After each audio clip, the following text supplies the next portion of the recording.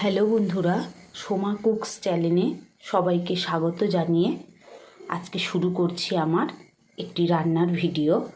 দেখো, আজকে আমি দুটো মূলো নিয়েছি আর আলু ছোলা মেশিন নিয়েছি। এই আলু ছোলা মেশিনে মূলো দুটোকে ভালো করে ঘষে নিয়ে আমি বানাবো মূলোর পরোটা।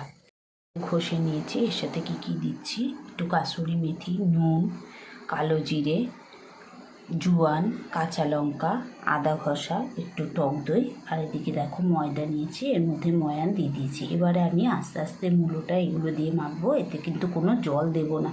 প্রথমেই মনে হবে যেন শুকনো শুকনো জল লাগবে, কিন্তু জল লাগবে না। আস্তে আস্তে ওটা ময়দাটা নরম হতে থাকবে।